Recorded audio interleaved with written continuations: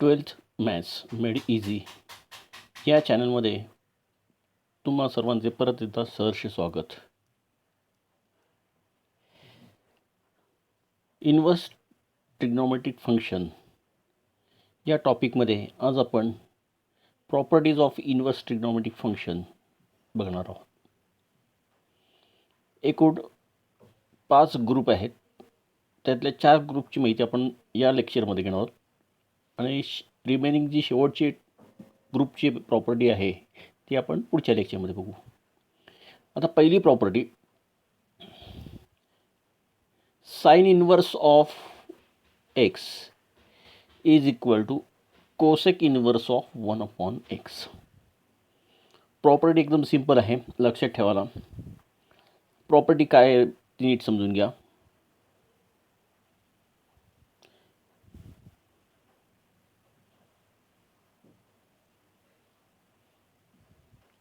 इथे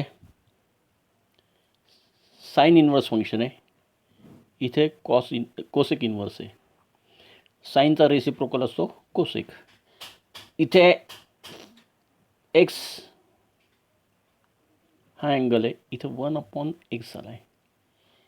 आता ह्याच्यावरनं तुमच्या लक्षात आलं असेल की बाहेरच्या इन्वर्स फंक्शनचा रेसिप्रोकल घेतला तर त्याच्या करस्पॉन्डिंग अँगलसुद्धा रेसिप्रोकल फॉर्ममध्येच घ्यावा लागतो. परत एकदा,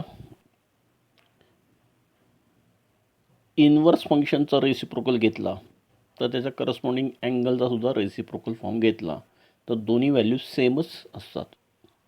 हे आपल्याला इथे इनडायरेक्टली प्रूव्ह करायचं आहे. ओके, स्टेप कशा आहेत बघा. पहिली step, late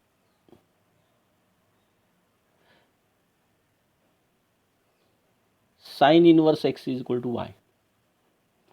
therefore x is equal to sine y. दोन्ही साईडचा रेसिप्रोकल घेतला, 1/x is equal to 1/y.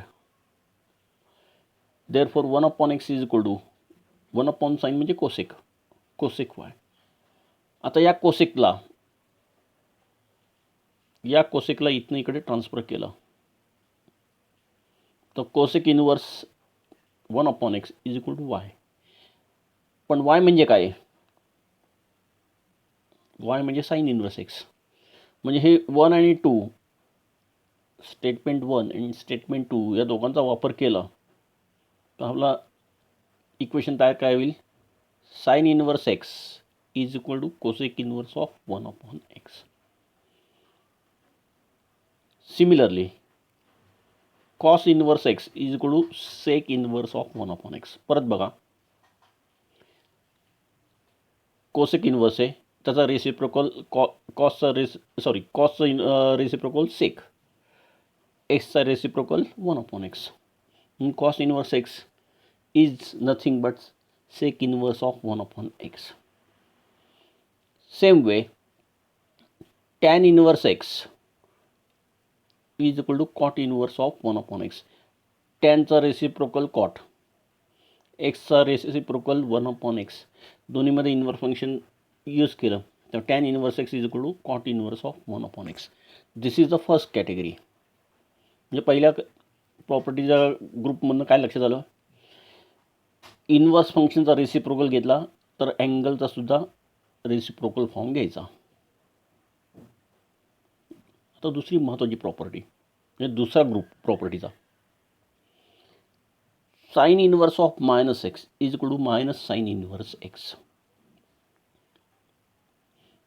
Sign inverse फंक्शनचं आतली व्हॅल्यू निगेटिव्ह असेल तर ते निगेटिव्ह साईन बाहेर येतं आणि निगेटिव्ह व्हॅल्यू पॉझिटिव्ह होते.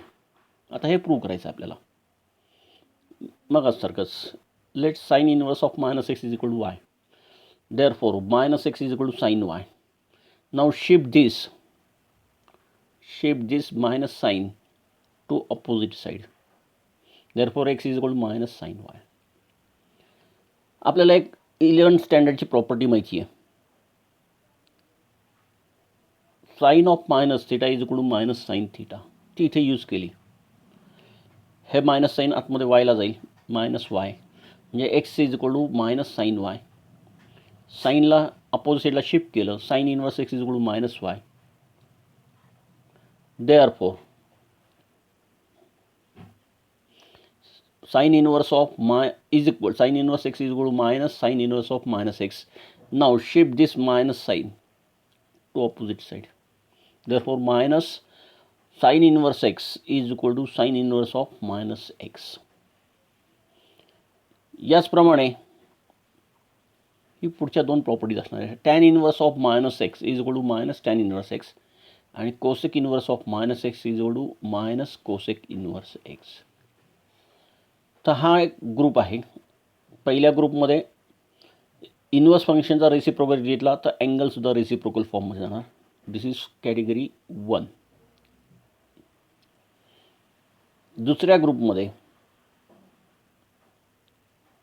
ग्रुपमध्ये इन्व्हर्स फंक्शनचं व्हॅल्यू मायनस असेल तर साइन इन्व्हर्सच्या बाबतीत ते मायनस साइन बाहेर येतं, बरोबर. टॅन इन्व्हर्सच्या बाबतीत सुद्धा ते मायनस साईन बाहेर येतं आणि कोसेक इन्व्हर्सच्या बाबतीत सुद्धा मायनस व्हॅल्यूचं मायनस साईन हे इन्व्हर्स फंक्शनच्या बाहेर जातं. मग हे जर का साईन टॅन आणि कोसेकसाठी सिमिलरिटी असेल तर मग कॉस सेक आणि कॉटसाठी काय असेल तेही आपण बघू.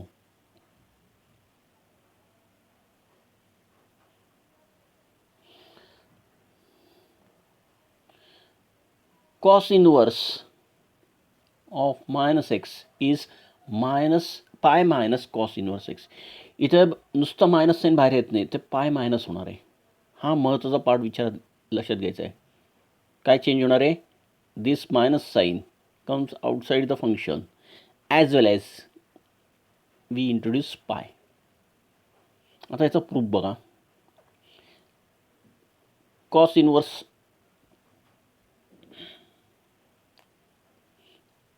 let cos inverse of minus x is equal to y. Therefore minus x is equal to cos y. Therefore x is equal to minus cos y. आता cos हे फंक्शन निगेटिव्ह केव्हा असतं? हे मायनस साईन आत आणता येणार नाही. You cannot bring this minus sine to this y. का? 11चा एक रूल आहे आपल्याकडे. Cos of minus theta is equal to plus cos theta. Minus sine निघून जातं. त्यामुळे हे मायनस साईन जर का आपण आत आणलं तर फंक्शन पॉझिटिव्ह होईल, ते चालणार नाही. आपल्याला मूळ फंक्शन काय आहे? निगेटिव्ह आहे, तेच दाखवायचं आहे. मग आपल्याला दुसरी प्रॉपर्टी वापरता येईल 11वीची. In which quadrant cos function is negative. Cos is negative in second and third. Nearest is second. Second quadrant कसा डिक्लेअर करतो आपण? पाय मायनस थिटा, म्हणजे x is equal to cos of pi minus y. Shift this cos function to opposite side. Cos inverse x is equal to pi minus y. Now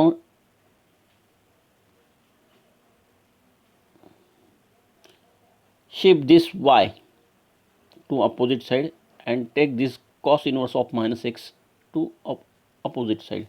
Therefore y is equal to pi minus cos inverse x. But what is y? y म्हणजे काय घेतलं आपण?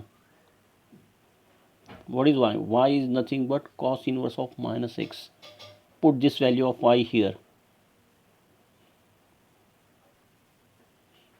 Therefore, cos inverse of minus x is equal to pi minus cos inverse x.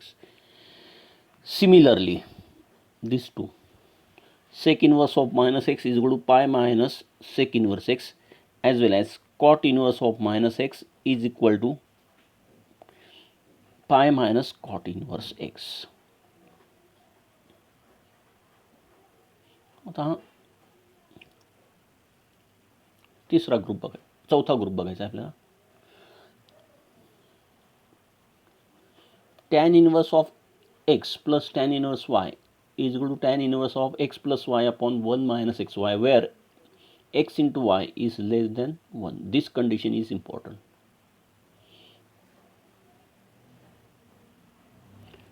आता ही condition काय घातली असली इथे विचारतो. जर का एक्स वायची व्हॅल्यू 1पेक्षा मोठी असेल, जर एक्स वायची व्हॅल्यू 1पेक्षा मोठी असेल तर या केसमध्ये काय होईल, हा जो डिनॉमिनेटर आहे, हा जो डिनॉमिनेटर असेल तो काय होईल, मायनस होईल. ह्या tan inverse of minus theta होईल तो. हे सगळं फंक्शन आहे आतला, हा जो पार्ट आहे टॅन इनवर्सच्या आतला पार्ट राईट साईडचा, तो सगळा निगेटिव्ह होईल आणि मग ते सगळं मायनस साईन बाहेर येईल. बरं, म्हणून इथे ही कंडिशन त्यांनी यूज केली आहे, x Y must be less than 1. आता याचं एलोबरेशन बघा, सिम्पल एलोबरेशन आहे. 11वीला टॅनचा पण फॉर्म्युला आपल्याला इथे यूज करायचा आहे. Let tan inverse x is alpha and tan inverse y is beta. Therefore, x is equal to tan alpha and y is equal to tan beta.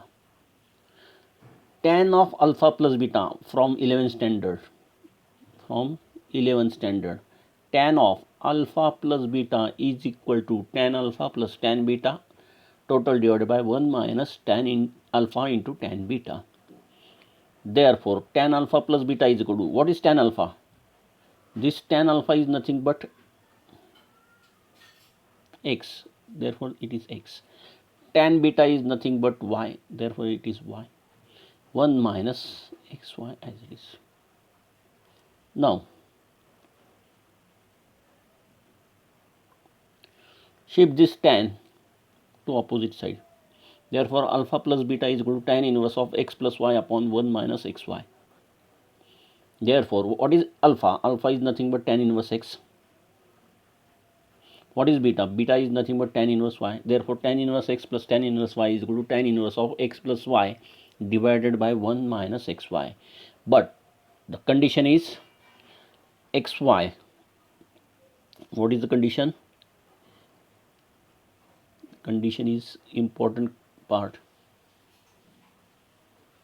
Xy must be less than 1 so that this denominator become positive. Whole entire function remains positive. This is the condition.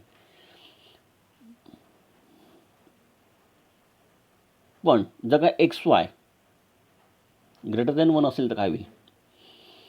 If xy is greater than 1 then we have to use this pi plus. आता ह्याच्यामध्ये हा पाय का introduce झाला असेल ह्याचा विचार करा. If xy is greater than 1 then this entire denominator 1 minus xy becomes negative. That means this entire bracket becomes negative. And tan inverse ची प्रिन्सिपल व्हॅल्यू ब्रँच आठवते का? It is never negative, it is always positive. बरोबर. दुसरी गोष्ट, tan function positive कुठल्या क्वाड्रंटमध्ये असतं? Tan third quadrant म्हणजे पाय प्लस, म्हणून इथे पाय इंट्रोड्यूस झाला आहे. त्यामुळे ह्या कंडिशनला फार महत्त्व आहे. If x y is greater than 1 you have to introduce pi. If xy is less than 1 then there is no question about pi. हा पार्ट कायम लक्षात ठेवायचा सम सोडवताना. For such type of question you have to check first whether xy is less than 1 or greater than 1. According to that value you should apply the formula. If xy is less than 1 then there is no question about pi. When xy is greater than 1 you have to use pi plus that value, pi plus tan inverse of x plus y upon 1 minus xy. And if tan inverse x minus tan inverse y, then tan inverse of x minus y upon 1 plus xy. Here there is no condition. Why? Because denominator itself 1 plus xy, 1 is always positive. Product of xy is positive. Therefore this entire part becomes positive. Clear? म्हणजे टॅनच्या बाबतीत हे 3 फॉर्म्युले लक्षात ठेवायचे. tan inverse x plus tan inverse y is equal to tan inverse of x plus y upon 1 minus xy. Condition xy is less than 1. Same way, second formula, tan inverse x plus tan inverse y is equal to pi plus tan inverse of x plus y divided by 1 minus xy, where xy is greater than 1, and last, tan inverse x minus tan inverse y is equal to tan inverse of x minus y upon 1 plus xy. There is no condition. Okay.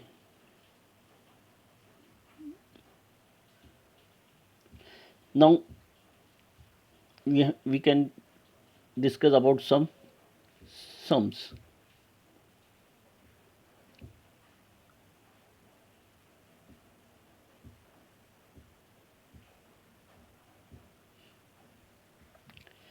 Find the principal value of cosec inverse of minus 2. Find the principal value of cosec inverse of minus 2. Cosec inverse of minus theta. This is a long elaboration. Okay, तेही बघू आपण. Therefore, minus 2 is equal to cosec x. Therefore, cosec x is equal to minus cosec of pi by 6. Cosec pi by 6 is 2. Therefore, cosec x is equal to cosec of minus pi by 6. का? Cosec of minus theta is equal to minus cosec theta. Therefore, x is equal to minus pi by 6. And principal value of cosec inverse is always minus pi by 2 to plus pi by 2 excluding 0. And our minus pi by 6 is between minus pi by 2 and plus pi by 2. Therefore, principal value of cosec inverse of minus 2 is equal to minus pi by 6. Okay, आता इथे आपण property वापरली असते तर काय झालं असतं तेही चेक करून बघू.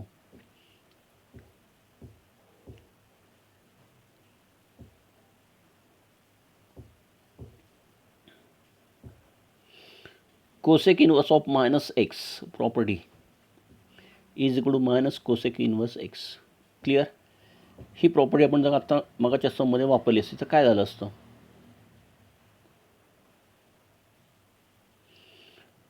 cosec inverse of minus x is equal to minus cosec inverse x. बरोबर, म्हणजे इथे झालं असतं minus cosec inverse 2. Cosec inverse 2, कोसेकची व्हॅल्यू 2 केव्हा असते, कोसेकची व्हॅल्यू 2 केव्हा असते 30 डिग्री, म्हणजे minus pi by 6 is the answer. प्रॉपर्टीवरनं बनवू शकता, थेरी एलोबरेट पण करू शकता. MCQला आला तर किंवा 2 मार्काचा टाईपचा क्वेश्चन आला तर डायरेक्ट प्रॉपर्टी यूज करायची. ओके, त्या प्रॉपर्टीवरती भर जास्त द्यायचं आपल्याला. पुढचं sum, tan inverse of minus 1 is equal to x. What is the value of tan inverse minus 1. आता इथे परत प्रॉपर्टी वापरली आपण. कुठे property,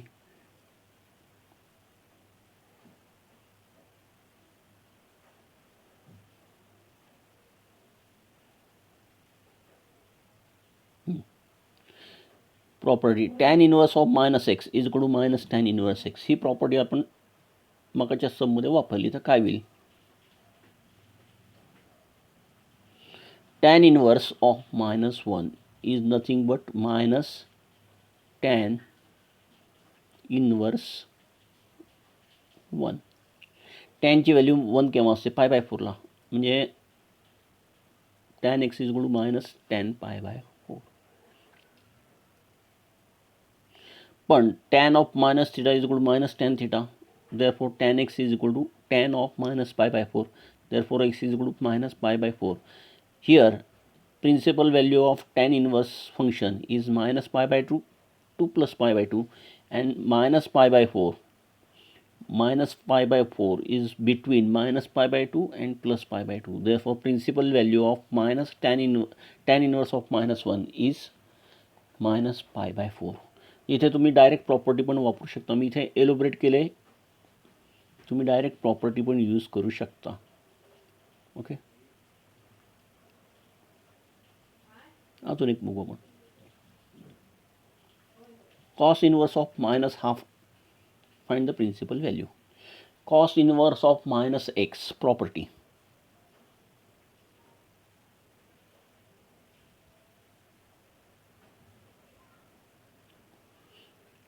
cos inverse of minus x is pi minus cos inverse x.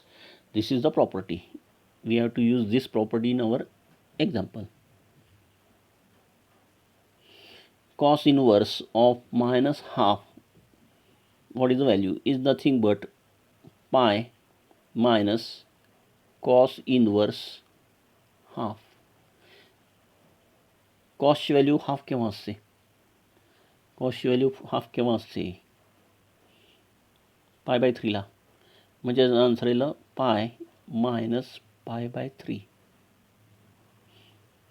That is 2 pi by 3. This is by using property. This entire thing is using property, and this part, this entire part is without property. त्या property मध्ये असेल तर तुम्हाला सम सोडवणं simple जाईल, otherwise तुम्हाला steps वाढणार आहेत. ओके, पुढचं सम बघू.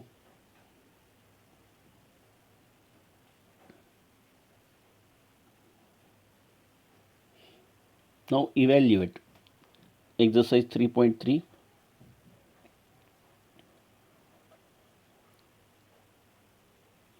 Exercise 3.3. Question number 2. Evaluate. Find the value of given expression.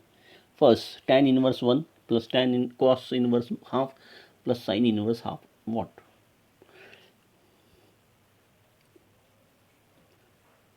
tan ची व्हॅल्यू 1 केव्हा असते, पाय बाय 4ला.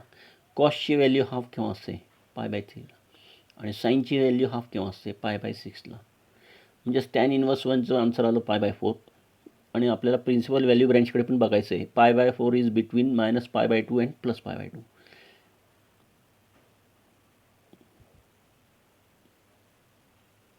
पाय by 3, cos inverse of half is pi by 3, and principal value branch of cos inverse is 0 to pi, and pi by 3 is between 0 and pi. Similarly, sin inverse of half, the value of sin is equal to half when angle is pi by 6, and the sin inverse principal value of branch of sin inverse x is minus pi by 2 to plus pi by 2. Here pi by 6 is between these two values. Take the addition of this and all three terms, you will get the final answer. That means you should know, one should know all the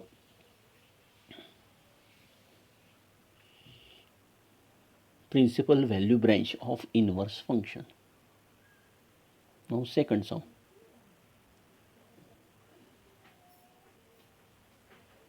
Find the value of tan inverse root 3 minus sec inverse minus 2.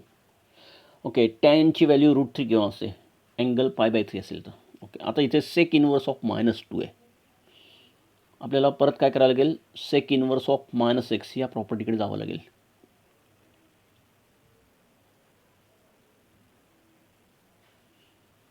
बघा, sec inverse of minus x is equal to pi minus sec inverse x. ही property मी जर वापरली या सममध्ये तर काय होईल, minus sine हे राहणार, sec inverse of minus 2 is nothing but minus pi minus sec inverse of minus 2 is equal to pi minus sec inverse 2. सेकची व्हॅल्यू 2 केव्हा असते, सेकची व्हॅल्यू 2 म्हणजे कॉसची व्हॅल्यू 1/2. कॉसची व्हॅल्यू 1/2 केव्हा असते, पाय बाय 3ला. बरोबर ना.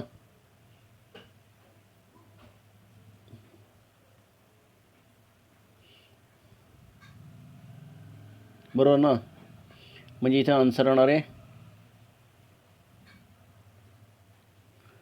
Sorry,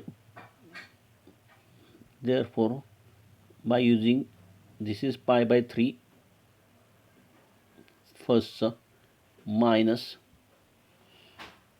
sec inverse of minus x is minus pi minus will ना, यहाँ pi minus किती होईल, pi by 3.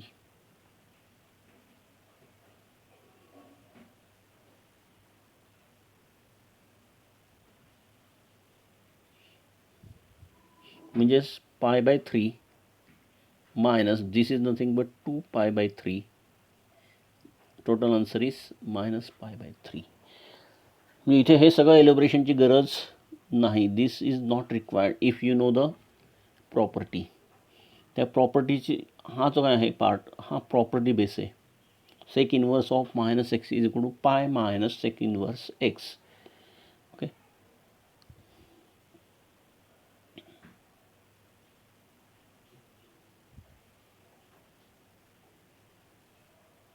cosec inverse of minus root 2 plus cot inverse of root 3. Cosec inverse of minus x property is nothing but minus cosec inverse x. म्हणजेच cosec inverse of minus root 2 is minus cosec inverse of root 2. कोसेकची value root 2 केव्हा असते? Pi by 4ला, म्हणजे झालं minus pi by 4. Cot inverse root 3, कॉटची value root 3 केव्हा असते? पाय बाय 6ला. या दोघांची addition, therefore cosec inverse of minus root 2 plus cot inverse of root 3 is minus pi by 4 plus pi by 6. If we elaborate this, simplify this, it gives minus pi by 12. आणि हे प्रॉपर्टीवरती सगळे sums base आहेत. पुढचं sum बघू. Prove that sine inverse of 1 upon root 2 minus 3 times sine inverse of root 3 by 2 is equal to minus 3 pi by 4. Okay, sine inverse of root 2 we know that pi by 4. साईनची value 1 upon root 2 केव्हा असते? Pi by 4ला. आणि साईनची value root 3 bye 2 केव्हा असते? When angle is pi by 3. Therefore sine inverse of 1 upon root 2 minus 3 times sine inverse root 3 by 2 is nothing but pi by 4 minus 3 times pi by 3. This 3 and this 3 get cancelled. Pi by 4 minus pi, that is pi minus 4 times pi upon 4, that is minus 3 pi by 4. त्या sums ही फारच simple आहेत, फक्त तुम्हाला ते व्यवस्थित मांडायचं आहेत प्रॉपर्टीचा वापर करून.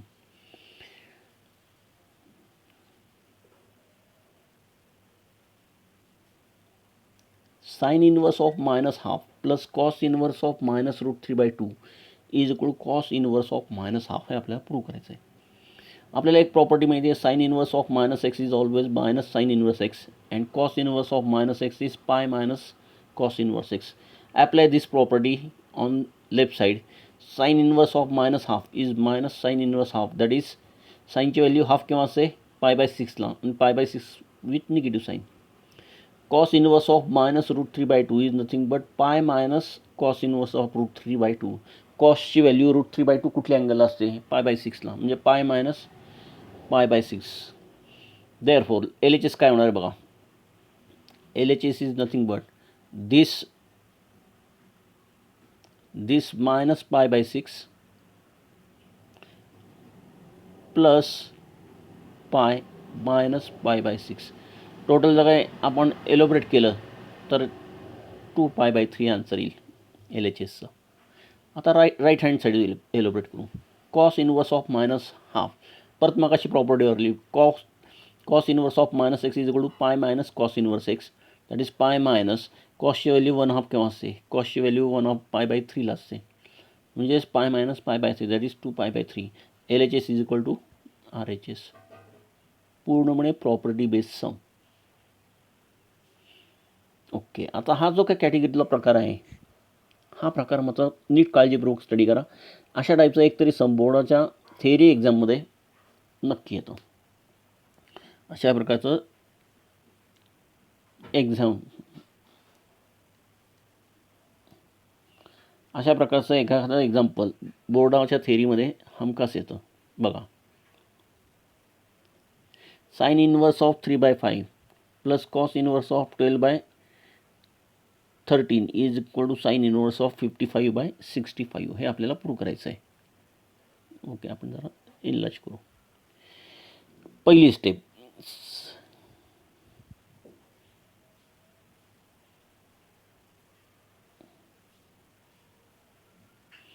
स्टेप, साइन इनवर्स ऑफ 3/5 आपण एक्स मानलं तर साइन एक्सची व्हॅल्यू झाली 3/5.